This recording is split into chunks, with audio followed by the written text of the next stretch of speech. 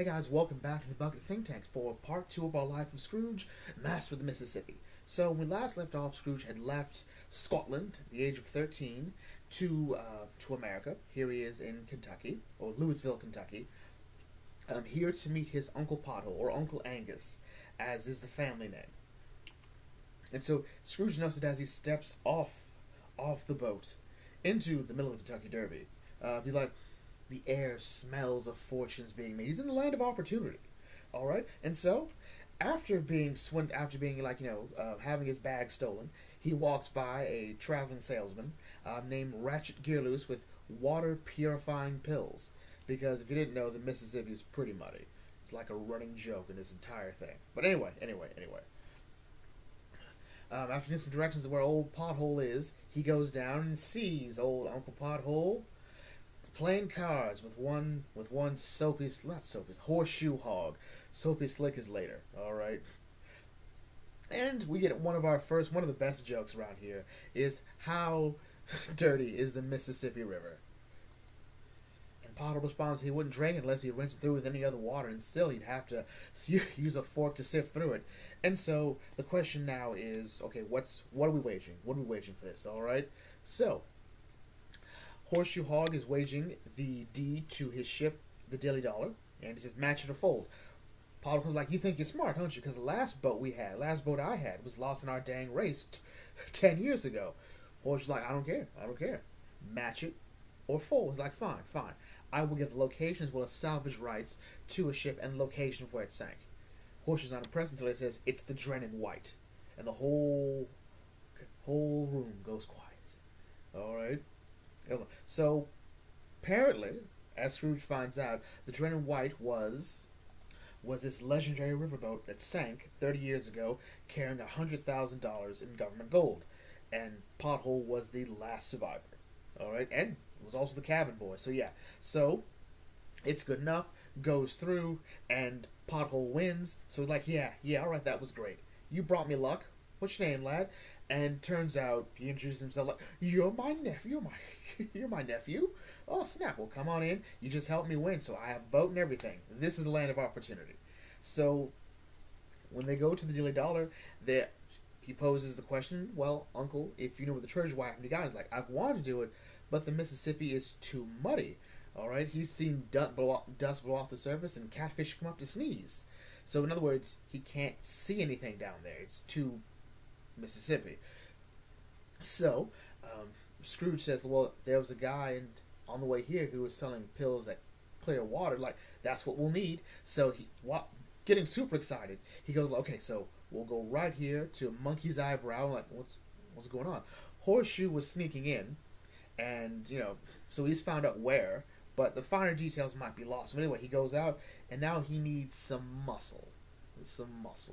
And who does he find but these very interesting figures? Like, hey, so so offering the deed to one of Horseshoe's last boats, the River Witch. Hey, help me out, I'll give you this riverboat. But the problem is, they're still in trouble for some other jobs they did, so they need some sort of cover. Horseshoe's like, hey, I got these masks from Mardi Gras, put them on. And look at this, look at these guys. The sweaters, the hats, the masks. Who do they look like? I don't know. Like raccoons? I don't know. Anyway.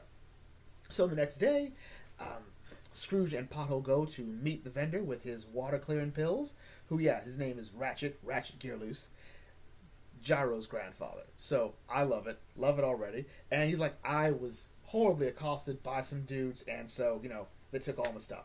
Like, oh crap! So now the race is on. And so, like, okay, so I'll come and help. And he's like, fine, I'll pay you each 30 cents a day. And he's like, he's paying a member of his own family 30 cents a day. Frugal, very frugal. And this is also to lay the groundwork for Scrooge, who in the comics pays Donald 30 cents an hour. All right, because 30 cents an hour in 1880s money would be pretty good wages. But anyway, so use the Dilly Dollar, they catch up, and hilarity ensues. Splash, flop, zip, government comes in. So what was that? Don't worry about it, officer. Don't worry about it. Just a little accident, little accident. And so as they go through, they need to make sure they're in the right spot, in the right position. So Scrooge goes and measures the current the way Pothole showed him. And little joke there when he says like Mark III, half Twain, Mark Twain. Rad's like, wait, I want his autograph. I want his autograph. And then a log comes jumping out, and Pothole says, yeah, that's a Sawyer, all right? It's a riverboat's worst enemy, all right? So what happens is, when the log goes in, the water pulls down on until eventually it just jumps right up. And you just sink just about any boat up there. And so he's going to make a note of it next time they see the government, like, hey, guys, you want me to get this Sawyer. They'll come and they'll pull it out, because, yeah. And Giles says, if you see Lily Langtry, I want her autograph, too. Who'd have thought Gyro was the hardcore one? But anyway. So as Pothole goes through, he's about to get another surprise from Horseshoe Hog as they're getting ready to make some pills. And we'll get another joke about the Mississippi, where Pothole says, it's too thick to drink, but too thin to plow. And he once saw a fella dive in and bust his hip on the surface, and boom! Crashed by the River Witch. All right? And like, okay, so they're out. So presumably they're all out of the race, so it's it. So Horse like, well, you know what? Job well done. We're good. So here you go. So now you'll help me get the gold, and you'll have your boat, and we're all good. Sadly, he didn't realize who he was dealing with, and he gets thrown off the boat as well. And Pothole's having a great moment laughing at him. Horse is like, you know what? Here's what I'm going to do, though. I'm going to drop you down as well. Woo! Foul! Foul! Foul! He calls as he falls down. And so as Horseshoe walks off, Scrooge's like, okay, Uncle, I'm going to throw the rope down with the bucket. Come on over. Like, no, you come down here and bring a torch. So here we are. So it turns out this is not a well, it's the inside of a riverboat. And so they go through, like, oh, it's the boiler. So if we go up here, they come to the grand ballroom of the Drennan White. I really hope it's pronounced Drennan White, because I'm really trying to sell this. And love this. Love how it looks like this was once the grandest boat on the river. Now it's just, as Pothole describes it, the opening of a mammoth cave. Yeah, it's actually really nice to see all that silt. Really weird. So they go through, they find the safe, and Pothole's like, yes, this is it. Scrooge's like, that. This seems kind of dull. Like, I feel like we should put more work into it. We just like fell down a hole and found it. I'm like, where's the struggle? Where's the effort? Where's the bone back-breaking labor? I worked harder for this. Shining shoes and collecting peat moss. I don't know. I got a bad feeling about this. And Pothole has an interesting trait here that I think Scrooge has unknowingly picked up, which is he's not really thinking. But who knows? Anyway, as they're going off, they're met by the henchmen coming in. And Scrooge, as if on instinct, just starts fighting back, throwing silt on their faces, like, whoa. What are you fighting back for? And Scrooge goes down, like, you know what? Fine, let's keep going. This boy's like 13. And he's just tackling these guys. Tackling these burglars? Boobles? Bugles? Burgers? Bank jobs? I don't know. So it goes through, hilarity ensues with a fight. Paul's like, you guys gotta stop. You guys have to stop. And they don't stop. And it all comes crashing down. And, so the masked fatties go and take the treasure, well, the safe, and Ratchet, and Pothole, and Scrooge, like, there we go. Scrooge then whispers to Uncle Pothole, like, okay, we still have that other treasure, all right, that you told me about. It's fine. Like, what are you talking about? Paul's like, I have no idea what he's talking about. So what happens? Throws him back up there. And decides, like, you know what? You either tell me or your nephew dies. Like, I have no idea what he's talking about. And Scrooge is running for his life. Fine, I'll tell you about it. And he's like, it's right there on the map. There's an X next to it. All right. And what happens? Well, it turns out the X was the Sawyer that Pothole marked down. So they're hit. The riverboat's up. This is wild. Like, I don't think it happens that way, but I've never been on a riverboat. I wasn't around in 1880, so who knows? Who knows? Either way, hilarity ensues. The government shows up willing to help, and Scrooge's like, hold on, these are nefarious ne'er-do-wells. He rips the mask off and reveals them to be the Beagle Boys. And, well, Blackheart is so upset. Like, how dare you? How dare you ruin my plan? His son's like, you know what? Beagle Boys. I like that. I like it. Rolls right off the tongue. That's a trademark that for me. There we go. So anyway, they don't get to keep the gold because the government kept it, of course. But they'll get a nice reward for capturing the Beagle Boys. He wants to give a share of it to Scrooge, but, you know, he can't really give it to him because he needs every cent to repair and replace the dilly dollar. So he's like, tell you what. Sion is my apprentice, and I'll sell you the dollar cheap when he retires in a few years. Sounds great. So he gives him a silver dollar as sort of like part of his pay, and like, you know what, we'll seal the deal over sarsaparilla. Alright. So they're going on, and Pothole says, like, you know, tell him what you want to order. And Scrooge sort of stares at it, like, you know what? I think the memory of this coin, the fact that it symbolizes adventure, is worth more than the soda. I think I'll keep it. And Pothole's like, what are you talking about? Alright? Spend the money, alright? What are you gonna do? Keep some sort of coal bin full of it? Like, he's like, that's ridiculous. And he's like, a coal bin of money. Something to think about. Also, something I wanted to know that I should have probably mentioned earlier, Scroogey has gotten taller. Alright? Like, from book 1 to book 2. So, he's had a growth spurt in between him getting on the boat and getting off it. Is it a deal breaker? No, but I think it just sort of works. Because at some point, he's going to have to get taller. And he's not going to get much taller because he's a duck. Outside of Launchpad and Jungle Duck and Cave Ducks, pretty much every duck is the same height. Jabber was not a duck. He's something. An ostrich? A chicken? A rooster? One of those. But anyway. And so, turns out, Pothole was a man of his word. They're like, hey, he sold him the dilly dollar, and Scrooge is a bit skeptical. Like, are you sure you're a McDuck? Because you sold it pretty cheap.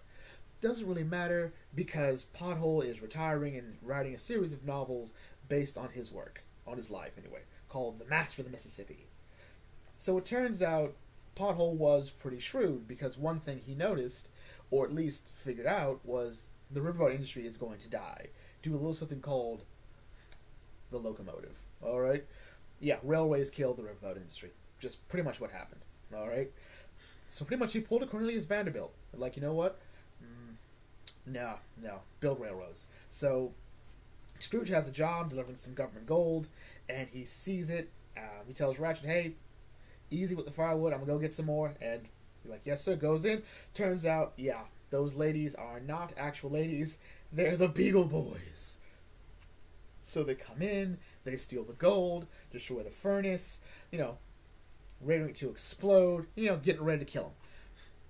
So, okay, what are we gonna do? So, Ratchet delves into an old gear loose tradition, hitting himself on the head, helping him figure out what's gonna happen. Alright, so here's what we'll do. We're going to put all this cotton and whatnot in here, and we're gonna try to use this as a barricade. We're gonna try to use this as a cushion as we hide in the other furnace.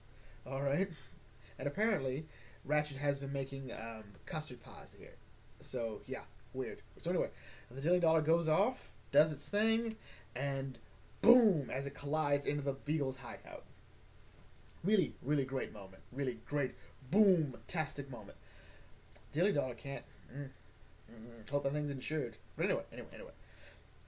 So, as they arrive in the jail, Scrooge, like, arrest those men. First of all, they tried to kill me. Alright. They also they stole government gold, and they're impersonating a woman. Alright. So, go through, and this is where Scrooge and Ratchet part ways. Alright. Ratchet's like, so, I take it I'm fired? Well, fired is not the right word. Let go might be the way to do. Ratchet wants to go open a custard pie shop, and Scrooge is like, well, I guess I have to start over. Guess I'll work on the train, looking at what he's got. Pretty much his number one dime, great grandfather's gold teeth and pocket watch, like, you know what? I'll go out west. And yeah, as he reads his uncle's old Don novels, he's like, oh dear God. And that's Master of the Mississippi. So yeah, so bit of lore here. So Horseshoe Hog was introduced in an old bark story. Well, they're all old bark stories, but a bark story called The Great Riverboat Race. It was a great steamboat race, great boat race by default. Where Scrooge remembers, Horseshoe's uncle was Porker Hog, and his boat was the River Belle. All right, this was in 1870. So works about right. 10 years ago was when it happened. Scrooge turned 10 in 1877, so Scrooge was 3 when it happened? Yeah. That story continues the race that Hogg had with Pothole, with Scrooge, and Horseshoe. So there we go. The Beagle Boys technically were introduced, well, like the actual origin, I guess, of Scrooge meaning Blackheart Beagle occurred in the story Uncle Scrooge Goes to Disneyland, which was weird, but also implied that Scrooge worked with Gyro's grandfather Ratchet at the time, too. So Rosa took and rolled with that. The reveal of the silver dollar here was in, what was it, The Mermaids from Hollow the Mermaid Queen. Story I haven't read, but but it looks really fun. I also didn't read Uncle Scrooge Goes to Disneyland, but I found it out. So, in terms of the DuckTales 87 cartoon, there is no Uncle Pothole. His name is Uncle Catfish, and he looks way too French. I'm sorry. It just, no. Bad. And there's no pig. It's a frog. And to me that made even less sense. I don't know. Also, Uncle Catfish was not a good... It just was nowhere near as good as cool as Uncle Pothole, who... Well, we'll get to that in a second. The Beagle Boys also were introduced earlier, but also when Scrooge first arrived to America. So that works out too. At least from an 87 DuckTales perspective. Favorite panel, definitely to me, would be in the Grand Hall of the Drennan White. Love it. It's pretty much like... It goes from... It makes it an adventure story. I think that scene of just holding the torch up as the light illuminates the entire place. I can imagine the candles catching the chandelier catching the light as the whole place is illuminated in little specks of light all throughout it. It feels like we're on board the Titanic in some ways, like, you know, the wreckage of the Titanic. Sadly, where a torch wouldn't help, but whatever. Ultimately, I'm going to be honest, Master of Mississippi is not my favorite of this story, but it's still a solid story. Uncle Pothole feels a lot like this weird sort of fusion of Scrooge and Donald. He almost feels like what you would think a blue-collar Scrooge is. Like if Scrooge just found a regular job and stuck with it, he'd be very good at that one job. But there's also sort of a Donald aspect. In other words, Donald would be happy with just one thing.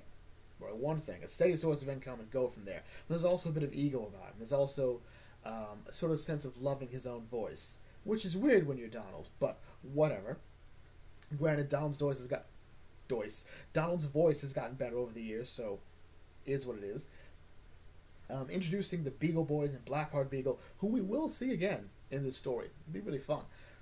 I think it's a great way to sort of set up this antagonistic relationship. It's interesting because at the end of this story, they're under the impression that after the loss of the Dilly Dollar, they'll never see Scrooge again. Like, you know what, he's done. He's bankrupt. We'll never have to worry about trying to rob him, ever. Alright? And Blackheart's sort of confident in that. It's also interesting because, while we don't really think about it happening, where Scrooge also named the Beagle Boys, he also... Hang on. This is a last-minute idea. Hang on. He also unmasked them.